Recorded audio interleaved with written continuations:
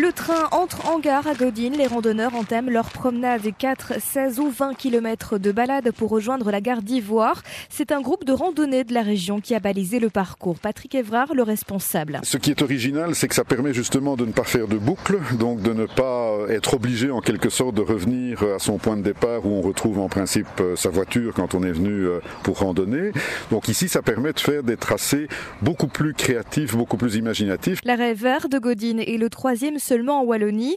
Le potentiel est important dans certaines régions touristiques et la demande suit visiblement. Marcel Collet, le président du syndicat d'initiative d'Ivoire. Vu les deux gares qui sont relativement proches et la possibilité de promenades extraordinaires dans les rochers, dans la vallée du Boc.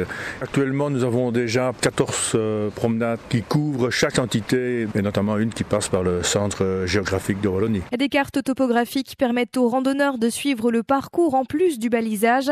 La condition pour installer un arrêt vert dans une commune est de le proposer dans une gare où passe au moins un train par heure, 7 jours sur 7. Dans le cas d'Ivoire, ça nous a permis de faire un tracé qui à la fois met en valeur la vallée de la Meuse, une grande partie de la basse vallée du Boc qui est superbe et aussi des sites comme Poil-Vache ou comme les Rochers de Champal qui sont très très beaux donc en bordure de Meuse. Depuis son installation il y a plusieurs jours, les demandes de renseignements affluent à Ivoire en provenance surtout de touristes flamands.